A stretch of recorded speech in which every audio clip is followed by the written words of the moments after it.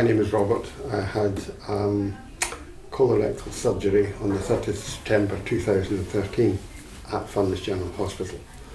The preparation for surgery was very well organised and detailed. I came up to the hospital for a pre-op assessment, got all my information sheets, my preload, when to stop taking my current medication, which was warfarin.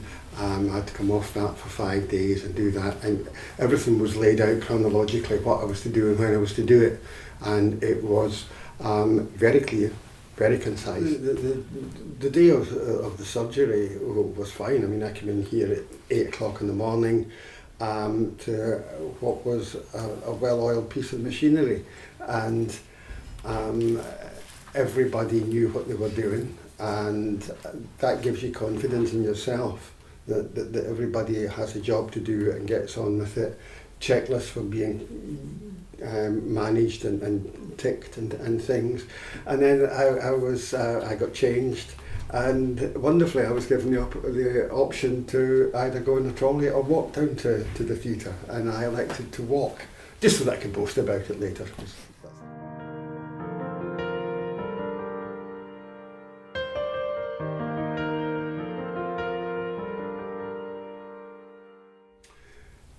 When I came out of surgery, there wasn't a bed in PPU for me, and I was assigned, or consigned perhaps, to the intensive care unit, where again, as you would expect, the treatment was excellent, and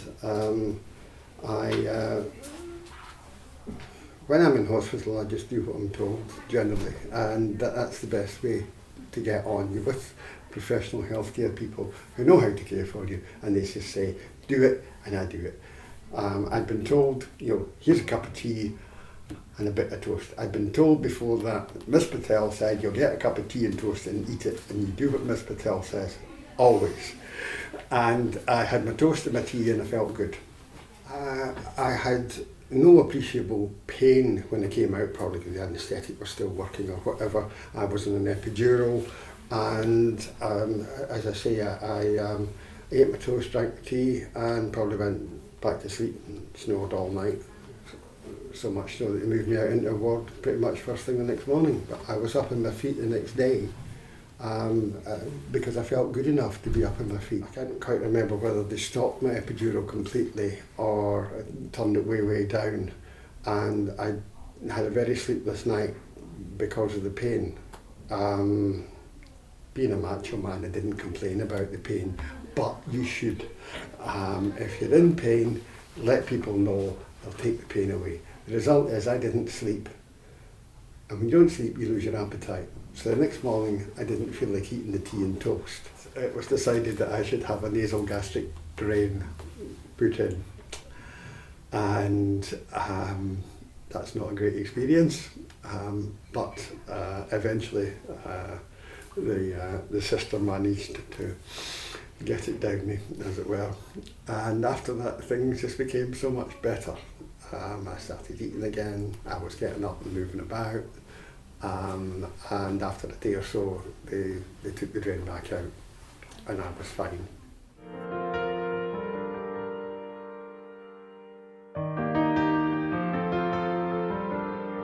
On the day of my discharge, the greatest emotion I felt was impatience. I wanted to get home.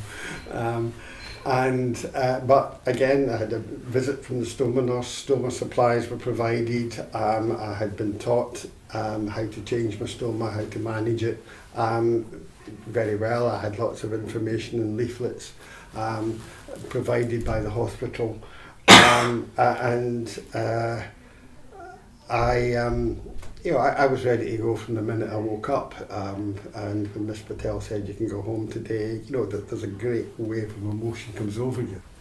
The whole process on release day was fine. When I got back home, I had all the documentation, and equipment that I needed. I had stoma bags, I had a leaflet which was inside the stoma box with Linda Pickle's name and phone number. I was informed that there was a stoma clinic in Grange, which is 2 miles away from me. If I needed any more supplies, I could go there on a Friday. And that there was a cancer support group in Grange, which met every Friday afternoon. I was